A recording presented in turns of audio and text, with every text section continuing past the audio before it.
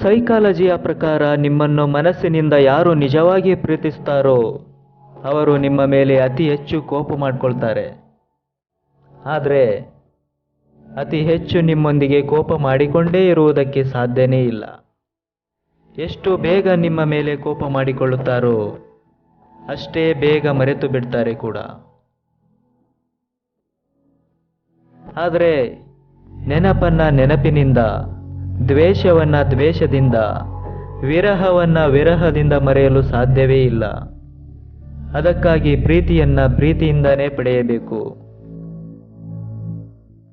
ಯಾವ ವ್ಯಕ್ತಿ ನಿಮ್ಮ ಕೋಪವನ್ನು ಸಹಿಸಿಕೊಂಡು ನಿಮ್ಮ ಜೊತೆ ಯಾವಾಗಲೂ ನಿಂತು ನಿಮ್ಮ ಬೆನ್ನೆಲುಬಾಗಿ ನಿಮ್ಮನ್ನ ಬಿಟ್ಟಿರೋಕಾಗದೆ ಒದ್ದಾಡ್ತಾ ಇರ್ತಾರೋ ಅವರ ಜೊತೆ ನಿಮ್ಮ ಸಂಬಂಧ ತುಂಬಾ ಆಳವಾಗಿದೆ ಎಂದರ್ಥ.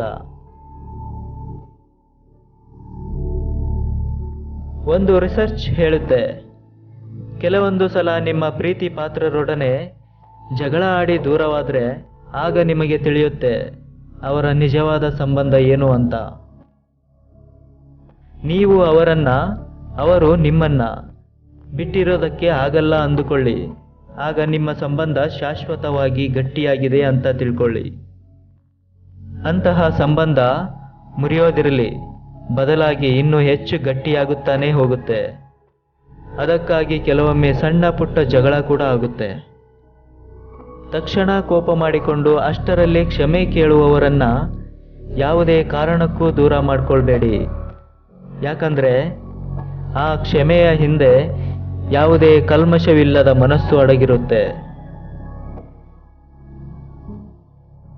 ಆ ಕ್ಷಣದಲ್ಲಿ ಅವರು ಅನಿಸಿದ್ದನ್ನು ಹೇಳಿಬಿಡ್ತಾರೆ.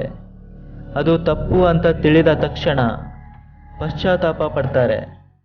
ಯಾವುದೇ ಆಗಲಿ, ಉಳಿಸಿಕೊಳ್ಳುವ ಯೋಗ್ಯತೆ ಇಲ್ಲ ಅಂದಮೇಲೆ ಅದನ್ನ ಪಡೆದುಕೊಳ್ಳುವ ಮನಸ್ಸು ಕೂಡ ಮಾಡಬಾರ್ದು.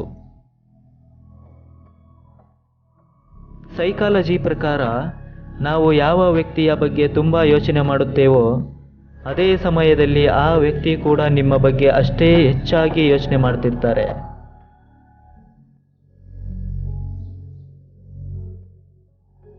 ಎಲ್ಲಿ ಕೋಪ ಇರುತ್ತೋ ಅಲ್ಲಿ ಪ್ರೀತಿ ಇರುತ್ತೆ. ಎಲ್ಲಿ ಸಣ್ಣ ಸಣ್ಣ ವಿಷಯಕ್ಕೆ ಜಗಳ ಮಾಡ್ತಾರೋ ಅಲ್ಲಿ ನಿಜವಾದ ಕಾಳಜಿ ಇರುತ್ತೆ.